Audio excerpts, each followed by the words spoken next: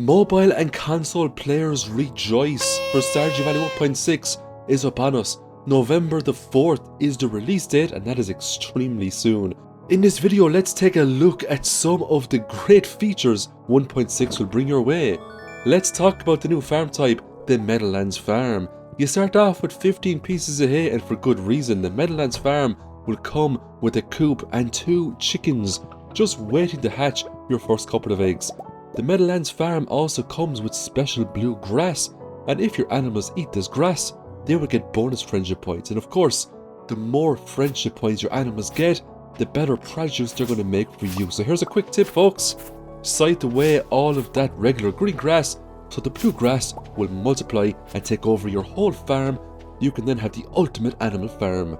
Next up, let's look at the help wanted quests. As you can see on the top left hand side, you now have 3 empty stars. Every time you complete a help wanted quest, one of those stars will appear. Once you complete 3 of those quests, you will get what is called a prized ticket. As you can see, we just done one quest there and we now have the first star. So we just have to complete one more quest, and then the third quest will have a prize ticket as a bonus reward. So for the third quest, Robin is just looking for a leek here. It could be anything, of course. This is to show you an example, and it's just to show you what those stars actually mean. Once you hand in the third quest, you will pick up the ticket straight away. So what do you do with these prize tickets, you may ask? Well, Mayor Lewis has a new fancy ticket machine in his house. But first, let's talk about the mystery boxes. Once you obtain 2 prize tickets from doing help wanted quests, you will get this magnificent cutscene of Mr. Key dropping mystery boxes. Now, if you don't do help wanted quests, you'll get this cutscene eventually.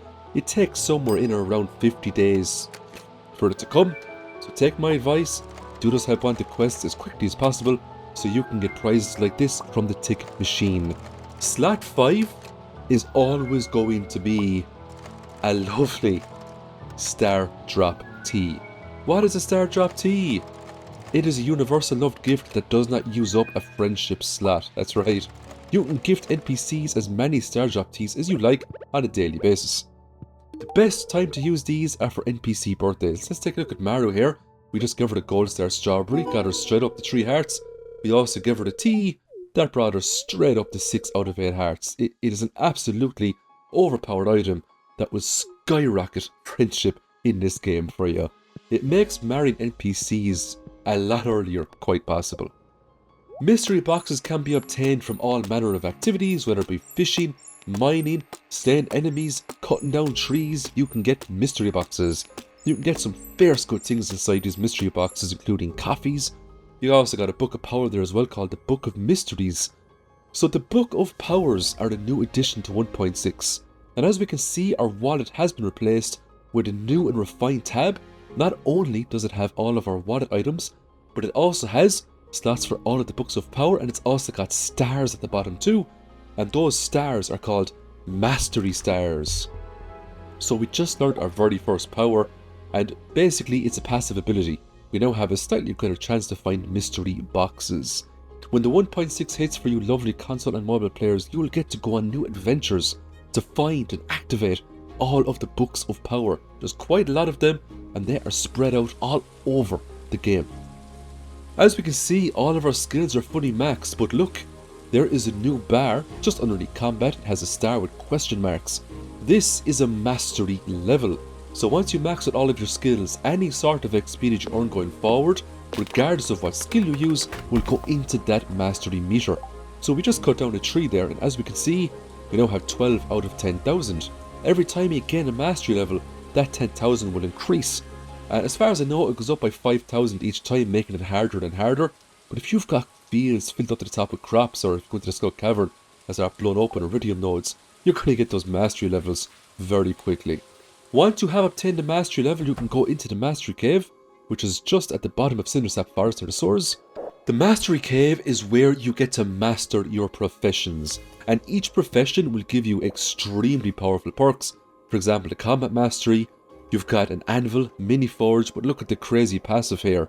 You unlock Trinkets.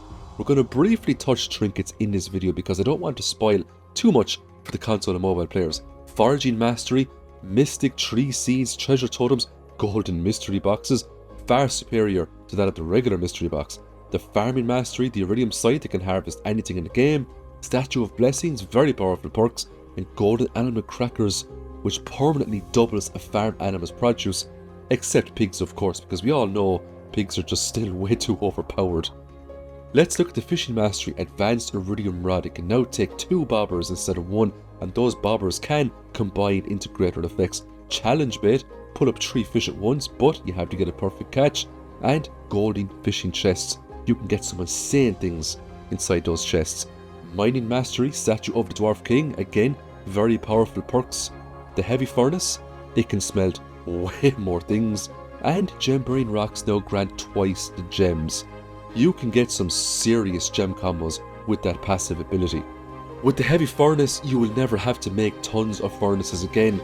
All you're going to need is maybe 5 or 10 heavy furnaces max, and you will absolutely tear through your ore like there's no tomorrow. Next, let's look at the mushroom cave. The mushroom cave has been rebalanced, not nerfed. You only get mushrooms now every 2 days, but look, the mushroom cave now comes with an item called a dehydrator, and you also get XP for harvesting the mushrooms. The dehydrator will basically dry all of your forageables, and it'll give you back an artisan good. It's a dried good. Now you can only put 5 of the same quality item into the dehydrator, and I only recommend putting regular forageables aside. So for example, if you have a regular purple mushroom, yeah, you can put 5 of those in, you'll get back a serious profit. But if you got purple star mushrooms, I would keep those to where they are. As we can see, you get 1900 gold there for 5, that's a nice profit. It's also an artisan good, so if you have the artisan perk, you get even more for that. So it's just a really nice addition to the game, a great way to get rid of all those forageables you don't want. Let's take the combat mastery in this video. I just want to show you some of the trinkets that you get. Once you unlock the mastery, a new slot appears on your character sheet, and you'll see a symbol of a star. You can now start getting trinkets. Trinkets will come from enemies, they'll come from chests in the skull caverns, they come out of barrels. You can get them all over the place. I'll show you a few trinkets in this video. First we have the parrot egg. It comes in 4 levels. The higher the level, the more likely the parrot will activate its effect. Its effect is quite simple. Upon killing a monster, there's a chance that monster will drop gold. Then we have the frog eggs. They don't have levels, instead they have colours. Doesn't matter what colour you get, the frog does the same thing all the time, it just gobbles the enemy that it sees. However, the prismatic frog egg is definitely the rarest. Let's take out the parrot right now just to show you how overpowered this thing actually is. From my experience, it doesn't matter if you fight high level monsters or low level monsters, the parrot will give you an absolute ton of money regardless. If we take out the frog here, what we're going to see here is the frog one-shotting enemies. It doesn't matter what the enemy is, that frog will just gobble it up. What you have to take note though is that if the frog gobbles up the enemy, you won't get XP, you won't get items, and it will not count towards monster eradication goals. So I'd only recommend the frog after you have all those things acquired. The parrot on the other hand is an absolute money machine. Best way to use it in my opinion is to take a monster musk, go down here to the 20 floors down in the mines where all the insects are, the grubs and everything else, just wipe them out. Now this build can be optimized even more. We could go with a speed build for example, and we could just literally start making mincemeat of these, and you'll end up making hundreds of thousands of gold in a day, believe it or not. Let's also take a look at the fishing mastery. I want to show you how stupidly overpowered fishing now is. It's crazy. Look at this advanced iridium rod. You can take bait as per usual. You can also put 2 bobbers onto this. If you put 2 trap bobbers onto this, you'd basically have a super trap bobber, so the progress bar goes down even slower. But what I'm going to show you is the best way to use the challenge bait. A perfect catch yields triple the fish. However, each time the fish escapes, the fishing bar catch is reduced. That means if a fish escapes more than 3 times, you'll actually fail to catch. So it's a double-edged sword, but it is so worth it, especially if you're good at fishing. But even if you're not good at fishing, I'm going to show you a little trick here. And this trick will make the hardest fish in the game oh so easy. So we just got our fishing rod, the master enchant, that's +1 to fishing skill. We're going to also give it 2 cork bobbers. This is going to dramatically increase the size of our fishing bar. And we also have a golden star seafoam pudding there too. What you see here now is the biggest fishing bar you can get in the game. Perfect catch, 3 lava eels, just like that. But it gets better. Console and mobile players, may I introduce the fish smoker. It basically doubles the value of a fish, but that's not all, my friends. The fish will come out as an artisan good, but despite the fact that it's an artisan good, you will still get the benefits of the fisher perk. You will also get the benefits of the artisan perk. That means you can get crazy money for selling smoked fish. Let's take a look at my skills here. For farming, I've got artisan, 40% more there for artisan goods. That applies no problem. And we also have fisher and angler. Fish worth 50% more, so we got that 50% bonus plus the 40% artisan bonus. Let's look at what one smoked lava eel sells for. 5,879 gold instead of 2,100 gold. And that is why, from this moment onwards, if you want to make an absolute stupid amount of money in spring, you need to fish until you flop. You need to fish until Wilson turns up and tells you he wants to go back to the island he misses Tom dearly.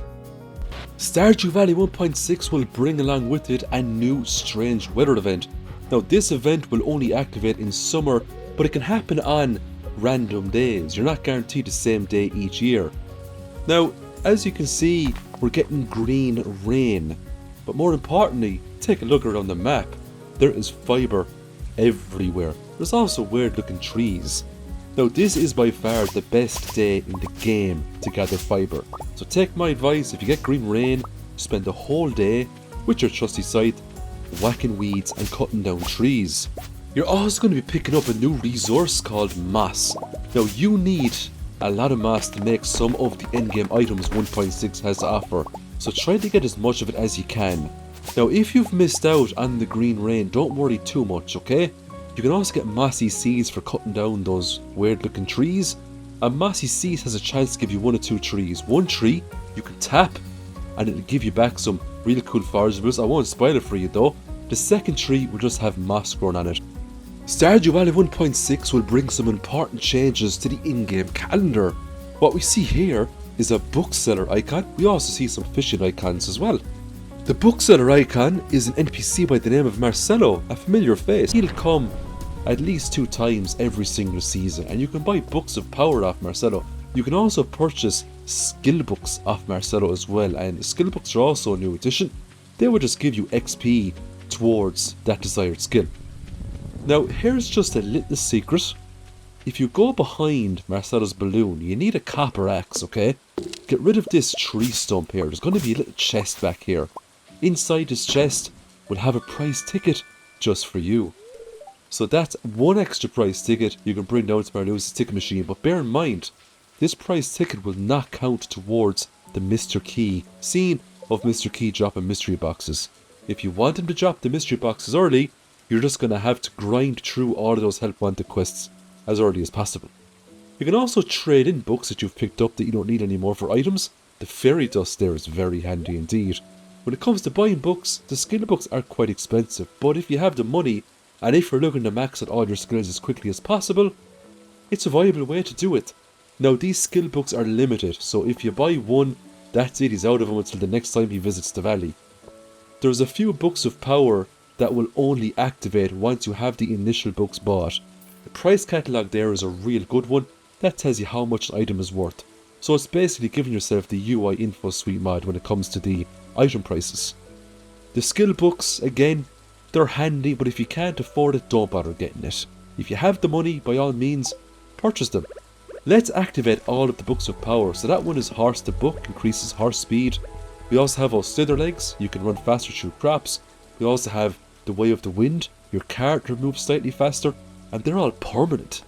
Once we purchase Way of the Wind Part 2 will become available. It's expensive, but it is a permanent speed increase.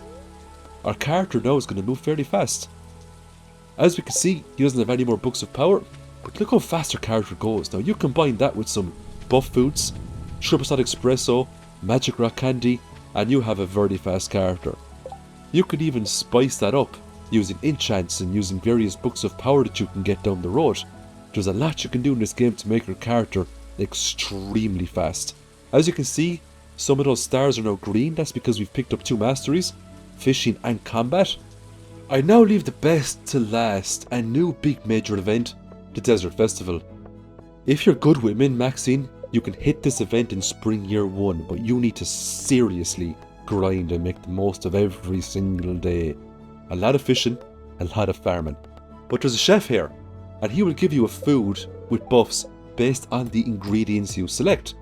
Now we selected the rare fruit and the uncomfortable hot sauce, so we're going to get a buff food now that will give us speed and luck. As we can see, we got +1 speed and +3 luck, but here's the best part, folks. This will stack with regular food and drink. That means I can stack a magic rock candy right on top of this, and I can also stack a ginger ale, giving myself absolutely overpowered luck.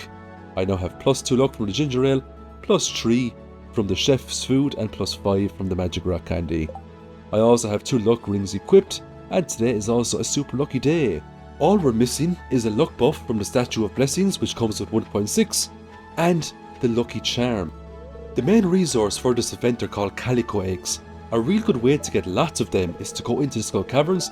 The further down you get, the more calico eggs you'll get from Gil there. You can also take some quests as well and bring them in with you to the Skull Caverns. We'll take deep dive and try to reach level 30. Come in here, spam some staircases. Every time you get down 5 levels you get a rank. Also, you can come across special statues. If you click those, you get a rank as well. We got a rank of 51, which is in the middle. Gil is very happy with that. He will give us some calico eggs, 200 in total. We'll also get a special hat off him as well. Now, you can achieve higher ranks and you can get much greater rewards, including magic rock candies. So there's some real good stuff you can get from this event. There's also a race, and every in-game hour, you can select one of 3 animals. You can predict which one will win. If you predict right, you'll get some eggs. There's also some vendors here, and these NPCs are random. So we have George today, but tomorrow you might get someone else. And the items change based on what NPC you're going to get. If you go to the wiki, it'll tell you what each NPC has. Emily, for example, I believe has a prismatic shard. There's some other NPC, and I think they'd like a magic rock candy. Some pretty cool stuff. Caroline here has the exotic palace. Now it's quite expensive, 120. But it is a fair school decoration. I'll just put it out here to show you how big it is. You could put this on your farm. Look how cool it looks. And that comes from the cutscene when you get 2 hearts with Caroline, which is talking about relaxing with her green tea, and she shows you the exotic palace. You can also change your clothes, and you can get a free cactus off of the Cactus Man. And there's a huge combination of different cactus you can get there. Like there's at least 15 of them that you can get. So if you want to collect all of the cactus the game have to offer, you will have to come to this event over multiple years. So there's a lot you can do with this desert event. If you're looking for lots of cool tips and tricks with 1.6, look no further. I've got tons of videos made already that will show you where to get all the books of power. I even have a perfection video if you want to know the best ways to get perfection. Thanks again for watching, everyone. I hope you enjoyed this video. Stay tuned for more Stardew Valley content. I'll see you very soon with the next big Stardew Valley challenge. Have a great week. See you in the next one.